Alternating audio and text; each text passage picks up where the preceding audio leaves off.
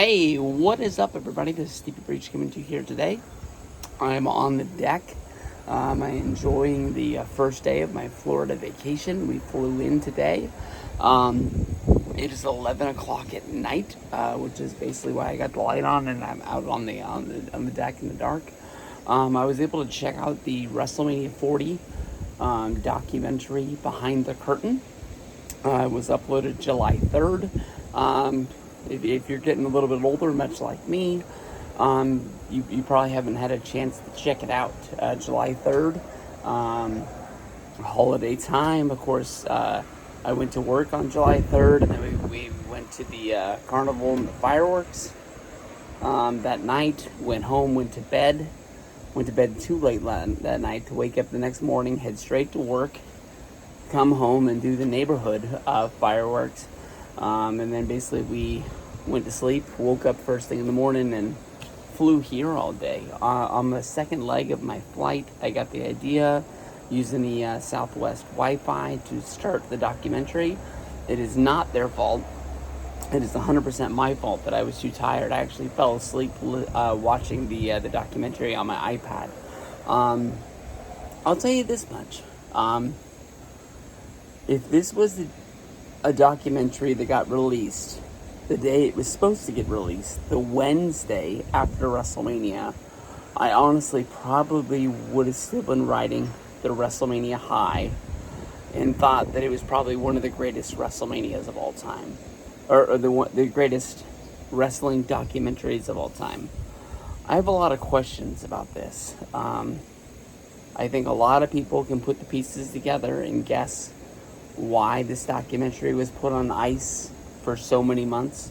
It's supposed to be released in April, didn't get released until July.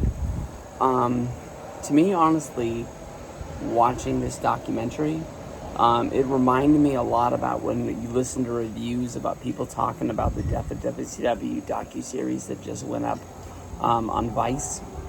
A lot of people got to say that, the story that a lot of people know today as wrestling fans is the story that WWE told once it was all said and done. The victor gets to tell the story. They get to basically talk about how the war went down. This documentary really went down the way The Rock wanted it to.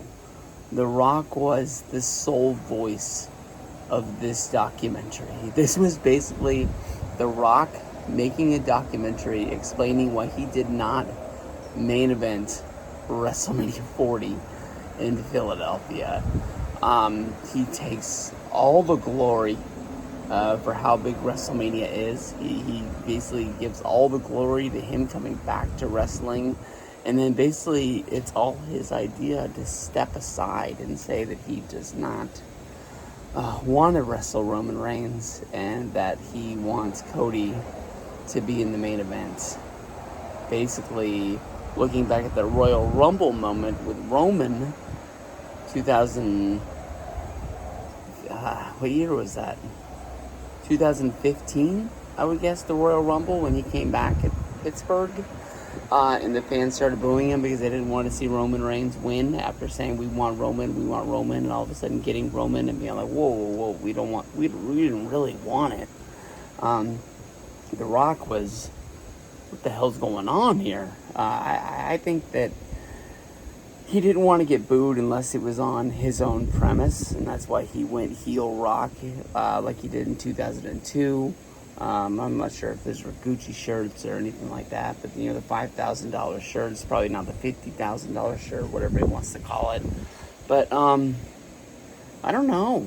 I'll tell you the truth. The stories that I wanted answers to, I did not get. Stone Cold Steve Austin, not referenced. They showed us John Cena coming back. They showed us The Undertaker. They gave us no meaning or reason or, the behind the scenes of them getting the call and them coming to say that they wanted to do it. Is it just we're supposed to believe that it's 100% kayfabe and they were just there because it was WrestleMania, saw Cody being wronged by the bloodline and decided to head down to the ring.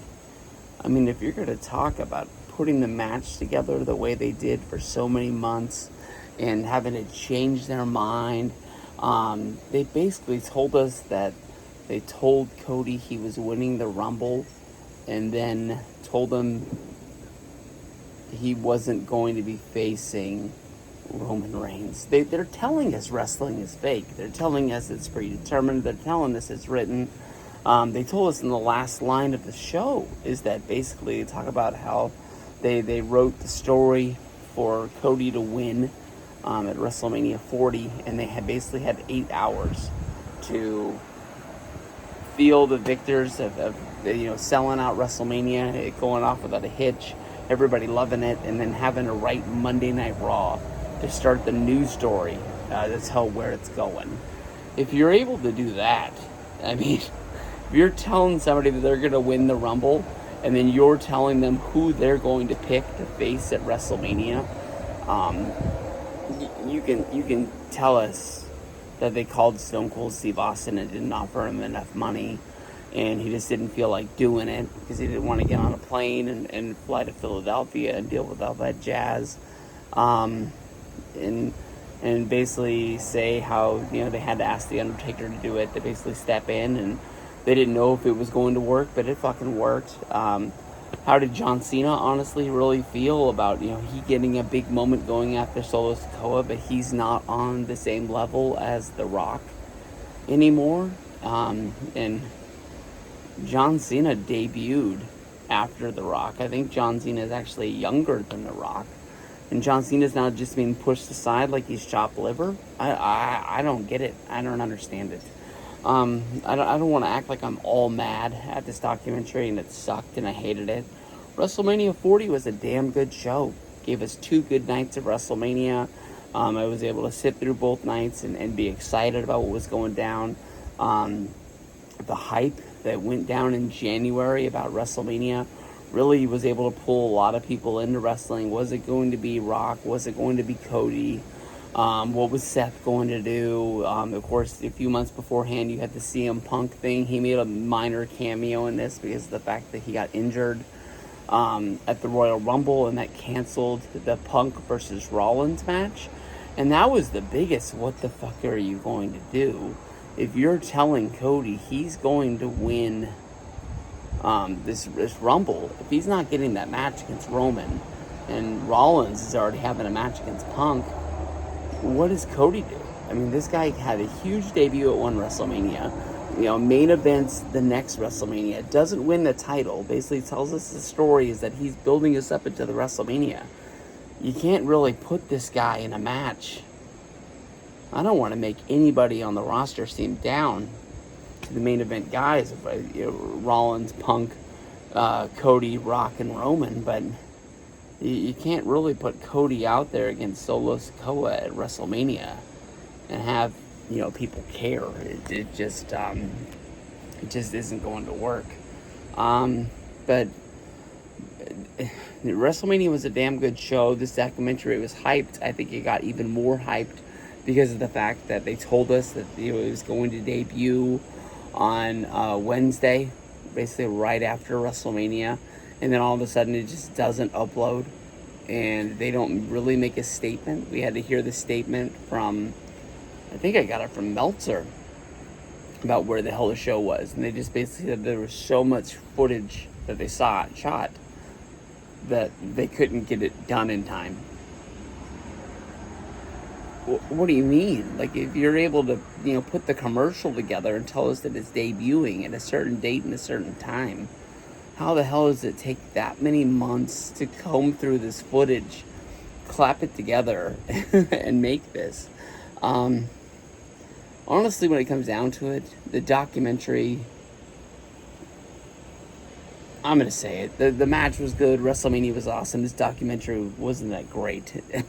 I don't think it's as good as the documentary that they made for WrestleMania 28, Once in a Lifetime, with The Rock versus Cena. Even though that came out before WrestleMania, you have a documentary of them hyping up what is supposed to be the greatest match of all time at WrestleMania, And it doesn't even include WrestleMania. That same year, they made a documentary on The Rock. Ended it with them hyping up the biggest match The Rock's ever been in, Rock vs. Cena, WrestleMania 28. And didn't even talk about it. For years, wrestling documentaries have just been 9 out of 10s from WWE. So many times, especially the Shawn Michaels one. They make them before these guys retire, before their story's done, and they don't know how to end them. This one here, basically, I think just got overhyped, didn't deliver, and I honestly think that a lot of it falls on The Rock, who wanted to be the main storyline. He wanted to be the main character. He wanted it built around basically him coming back into the fold in WWE. Of course, early January, that's when Vince McMahon steps down. The merger takes place. Is basically the reason why they say this match happens is because that, TKO, they buy WWE. Probably a lot more money coming in. They can make a bigger offer to The Rock to be able to want to do this. Then he joins the board. And I remember the day that happened. I honestly called Instant Classic 8 from back in the day and asked him, because I thought he was the one person that would kind of know the analogy that I was getting at. I was like, did they put Rock on the board because they want him to wrestle? This is a lot like when Michael Jordan was retired from basketball and the Washington Wizards offered him ownership in the team, and then once he got the ownership stake, they basically talked him into going out and playing basketball again for 2 years. And then the second that he didn't want to play anymore and he was retiring, they took his ownership away from him. I was like, is this just them finding a way to get Rock involved in WWE, is giving him that seat on the board to make him feel like he's part of the team for when they want him to be there. And I honestly still feel that that's one of the reasons why he's there. The night after WrestleMania, basically, they had the setup saying the new story is Rock versus Cena. Haven't seen Rock since. Still think that maybe that's why they did the whole thing with Rock coming out with his own title, and then Cody coming out with the new championship, and them trading belts in the ring. Was that just honestly to get a shot of The Rock holding the championship on Monday Night Raw in the middle of the ring for some build up, some teaser commercial, whether if he's going to come back for SummerSlam? I'm not even putting that out into the ether. I've been thinking that The Rock is going to come back for SummerSlam for well over 10 years when he was in Los Angeles, and every year we would make the excuse of Rock versus Cena was going to take place at SummerSlam because of the fact it was Los Angeles, which is Rock's backyard, where he makes movies. Not where he lives, but it's where he works, and that's why he'd want to do it there. He never went to LA to do it. I don't know about Rock going to Cleveland, but I'll give it to him. In that show, they have him going to the Cajun Dome, which I'm not really sure where the Cajun Dome is, but I'm guessing it's somewhere like in New Orleans, and it's not, in Louisiana, not New Orleans. But then again, The Rock came to Sacramento years ago for a SmackDown with CM Punk, and I was really surprised that he came there. But I don't know. Let me know what you guys think. Am I just, I didn't get what I wanted, so I don't think it's great? Or was the documentary really just The Rock molding the story into whatever he wants it to be? I mean, at the end, Cody Rhodes looks like $1 million. He's a WWE champion. He's a guy helping put people into the seats each and every day. And like he said, he's been playing champion without the belt for 2 years in WWE, and now he finally is the champion. Was it about that, or was it about Rock, feeding his ego as a big pat me on the back, thank you for coming back to wrestling? Let me know what you guys think. I just finished it, and I didn't want to wait until the morning to make the video, so hopefully you guys enjoy. Peace out.